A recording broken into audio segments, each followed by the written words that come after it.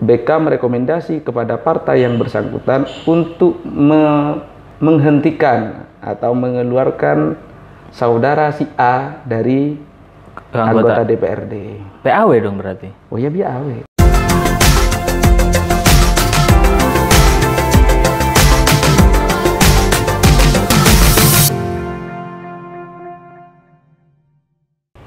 Polemik soal tanda tangan palsu masih menjadi tanda tanya di masyarakat Pamekasan. Karena sampai saat ini belum terkuak siapa sih sebenarnya pelaku dari tanda tangan palsu yang melibatkan mencatut nama pimpinan DPRD dan pimpinan komisi-komisi di DPRD Pamekasan.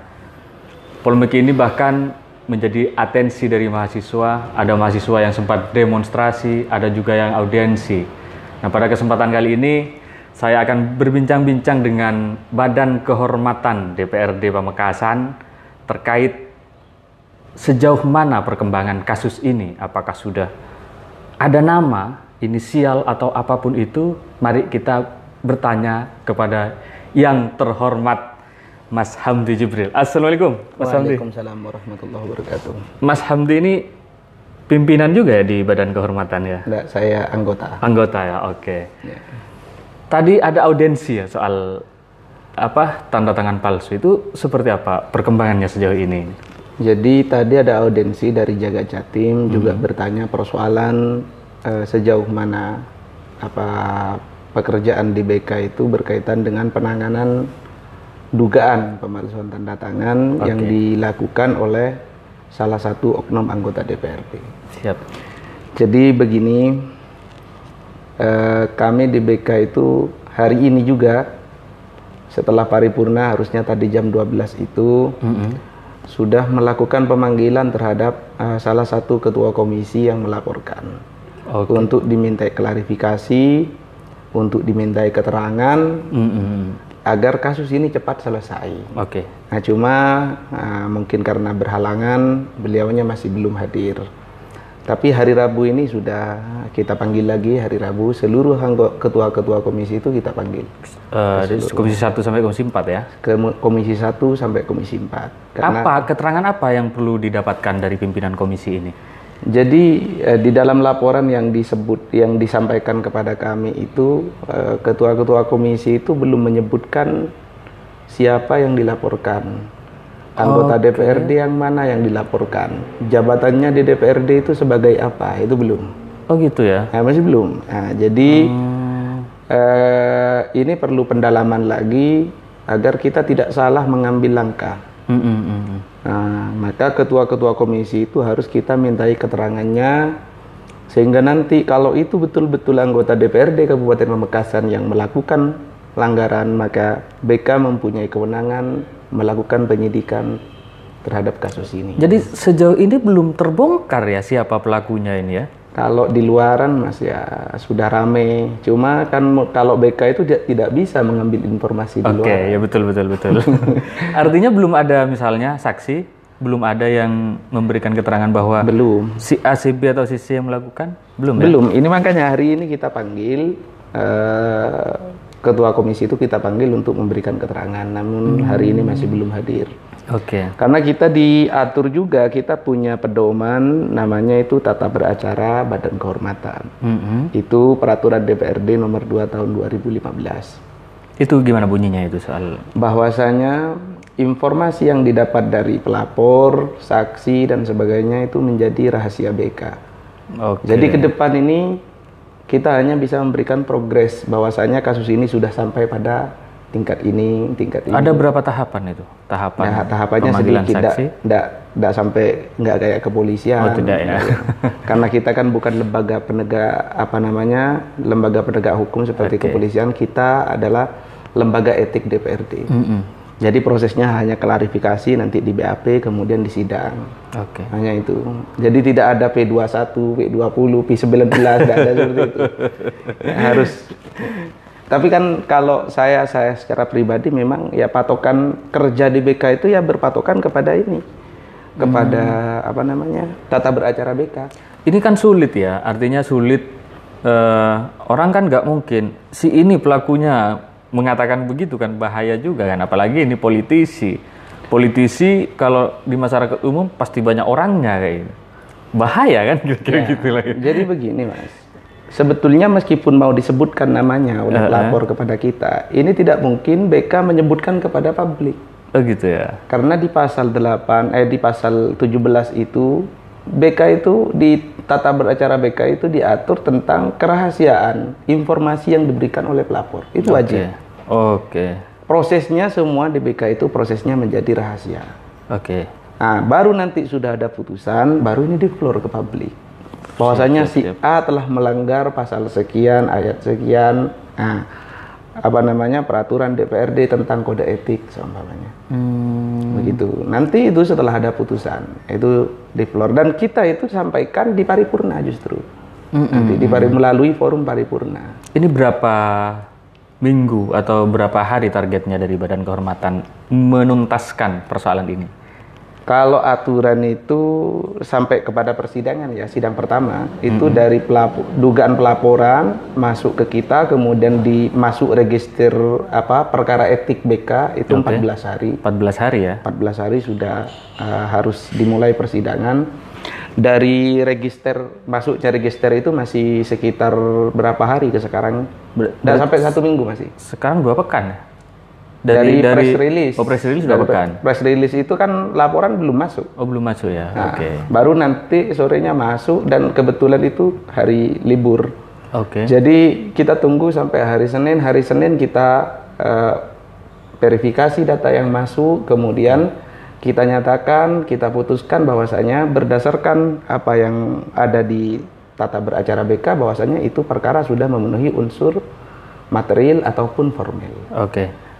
Sampai hari ini berarti belum ada inisial yang disetorkan oleh pelapor ya? Kalau inisial ada. Oh, inisial ada? Ada, cuman untuk memperjelas, kan harusnya BK yang memberikan inisial ini. Bukan pelapor memberikan inisial kepada kita. Kalau pelapor kan harusnya menyetor nama. Iya, pelapor itu menyetorkan nama kepada kita, kita menyebutkan inisial saja. Ini justru pelapornya yang setor inisial ke kita. Inisialnya ini. Ini kan jadi buram. Terus inisialnya siapa yang dilaporkan itu? Ya nantilah, karena ini kan masih belum jelas. Nanti kita pasti sebut inisialnya. Kalau sekarang tunggu dulu. Sebelum ini betul-betul sudah rampung di kita, sudah siap kita menyidangkan hal ini. Siapa saja yang masuk saksi dalam perkara ini? Yang saksi utama itu ya 4 anggota ketua komisi itu. Ya saksi utama. Kemudian pihak-pihak terkait seperti Bang Jatim itu kita masukkan dalam daftar saksi. Sebetulnya kalau ingin, pelapor itu juga mengajukan saksi kepada kita. Kalau ingin, kalau mau mereka mengajukan saksi kepada kita, tolong ini dipanggil juga ini sebagai saksi, bisa. Ini kalau dalam tata beracara kan nanti juga ada putusan, terus ada sanksi. Mekanisme sanksinya seperti apa ya? Kalau di BK itu kan sanksinya begini. Karena kan BK itu kan lembaga etik. Jadi bukan lembaga hukum atau bukan lembaga yudikatif yang kemudian memutus perkara dengan ingkrah. Kalau BK ini karena bukan lembaga yudikatif, maka BK ini sifatnya adalah rekomendasi. Apa saja? Tapi rekomendasinya itu tentu wajib diikuti oleh partai yang bersangkutan. Itu rekomendasinya nanti kepada partai. Nanti kepada partai.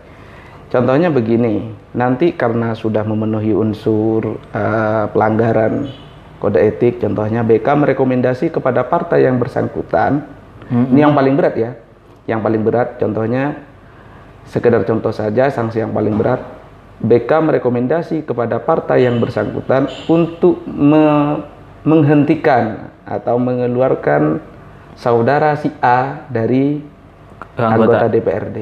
PAW dong berarti? Oh ya, PAW. Kalau seperti itu sanksi terberatnya. Sanksi terberatnya. Sanksi terberat. Sanksi yang sedang ya kalau dia punya jabatan itu diturunkan dari jabatannya. Sanksi yang paling ringan itu teguran secara tertulis. Tapi karena ini ada 2 hal, kemudian ada kode etik, kemudian pidana, bisa saja nanti ini BK mengeluarkan 2 rekomendasi. Ya, rekomendasi pertama mungkin kepada partai, rekomendasi kedua mungkin kepada pelapor. Rekomendasi kedua kepada pelapor itu adalah rekomendasi untuk dilanjutkan ke ranah hukum. Nanti yang melaporkan atas nama komisi-komisi apa atas nama BK atau Iya, atas nama lembaga? nama komisi-komisi. Kalau atas nama lembaga nanti itu kita harus Paripurna dulu ya. Kita harus paripurna. Kita harus paling tidak rapat pimpinan lah dulu. Jadi pimpinan menyepakati bahwasanya ini betul-betul sudah merusak nama baik lembaga sehingga lembaga harus bertindak. Masyarakat itu bertanya begini, ini yang diduga melakukan adalah anggota DPRD, terus Badan Kehormatan juga anggota DPRD, artinya koleganya lah. Masa jeruk minum jeruk kan kayak gitu?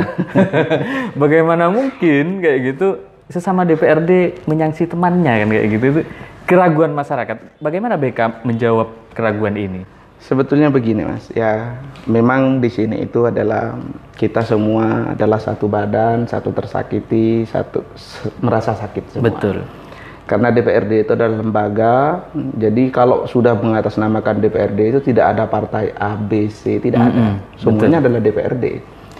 Akan tetapi kita ya juga harus profesional dalam hal ini. Nah, jadi bagaimana kemudian saya contohnya sebagai BK harus betul-betul objektif menyikapi hal ini. Tidak bisa subjektif kita. Jadi harus betul-betul objektif. Karena begini, sakit satu atau kemudian sakit satu, sakit semua. Kalau BK tidak benar, maka seluruh anggota DPRD ini kena. Betul. Badannya yang kena, bukan hanya saya. Tapi anggota DPRD itu lembaganya yang kena. Maka kewajiban kita adalah melakukan penyidikan, penuntasan kasus ini dengan betul-betul objektif. Apa tidak khawatir nanti terjadi saling sandra? Artinya si terduga ini menyandra juga terhadap BK. Oh, kamu jangan macam-macam, kamu punya ini itu dan lain sebagainya misalnya. Nggak ada. Masing-masing pakai kartu truf misalnya. Kalau saya belum punya kartu truf. Oh gitu ya. Nggak tahu kalau yang lama-lama. Saya kan makanya saya berbicara itu lantang karena memang saya belum punya kartu truf. Jadi tidak bisa diganggu. Kalau bahasanya teman-teman itu ya tidak bisa dibergaining, tidak mau bergaining. Iya. Saya kan masih berapa bulan? Sekitar 9 bulan di sini. Kita sekitar 9 bulan di sini, sehingga masih belum punya masa lalu. Iya, betul. Masa lalu saya masih bersih. Iya, kalau Mas Hamdi sendirian oke, tapi ini kan BK kelembagaan, banyak anggota di dalam. Dan rata-rata di BK itu adalah baru semua. Oke. Berarti nggak punya beban sejarah ya? Belum punya beban sejarah.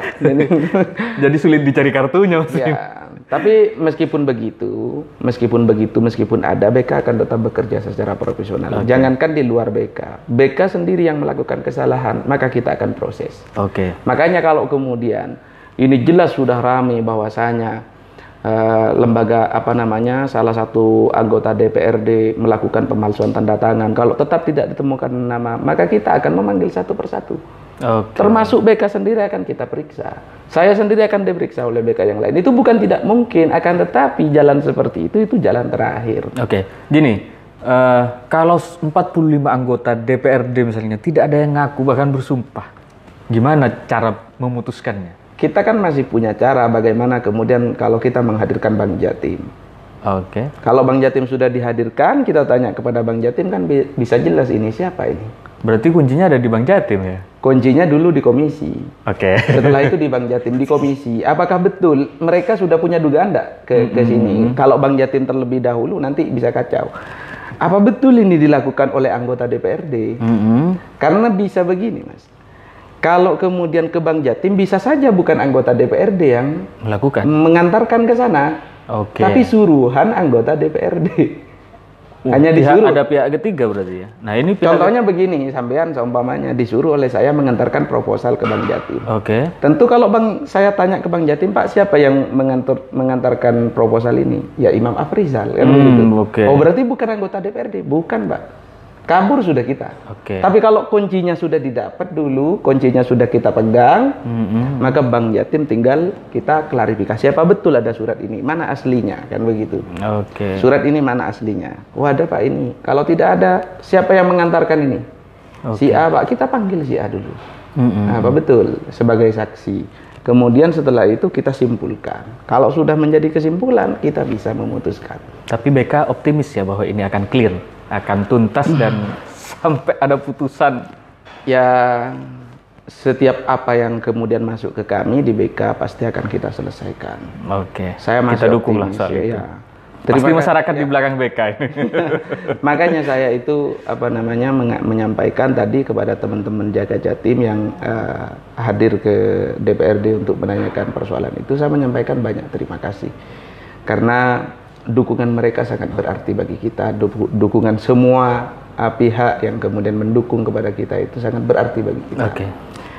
Dan semakin banyak dukungan kepada kita ini, semakin menjadi beban moral bagi BK untuk sesegera mungkin menyelesaikan kasus ini. Betul. Nah, pertanyaan terakhir adalah bagaimana kalau ini yang melakukan adalah orang kuat, baik di internal partai atau di internal DPRD? Ya, persoalan itu kan nanti ya, mau orang kuat mau orang tidak kuat, sebetulnya tidak ada perbedaan di hadapan BK. Tidak ada perbedaan. Semuanya sama, anggota sama. Semuanya sama-sama. Anggota, ketua pun semuanya di hadapan BK ya harus diperiksa nanti kalau kemudian ketua juga kemudian diperlukan keterangannya. Oke. Maka harus kita panggil. Tidak ada, kalau di BK itu semuanya sama. Itu intinya. Tuntas bulan ini atau bulan depan? Kurang tahu kalau masalah itu. Ya, yang terpenting dulu adalah semua keterangan, semua bukti-bukti kita kumpulkan terlebih dahulu. Oke. Kalau sudah selesai, ini kan tinggal eksekusi. Kalau masih remang-remang, ini kan masih sepotong-sepotong ceritanya. Masih belum lengkap atau frame-nya ini belum sepenuhnya. Masih sepotong-sepotong. Kalau sudah kita kumpulkan, ya serpihan-serpihannya sudah kita kumpulkan dan menjadi suatu cerita yang utuh atau kronologis yang utuh, bahwasanya si A, si B, si C ini sudah utuh semua, baru ini akan melangkah kepada persidangan. Oke, ya. Kiranya sudah cukup jelas. Jadi masyarakat tinggal tunggu saja. Masyarakat yang di luar sana bisa mengawal terus proses ini. Karena BK sudah berjanji bahwa akan bekerja seobjektif mungkin. Yeah. Dan ikuti terus ya perkembangan kasus ini karena sepertinya ini menarik dan masih dalam tanda kutip siapa sih pelakunya gitu. Kok berani gitu memalsukan tanda tangan pimpinan DPRD. Oke, terima kasih. Salam Libur TV.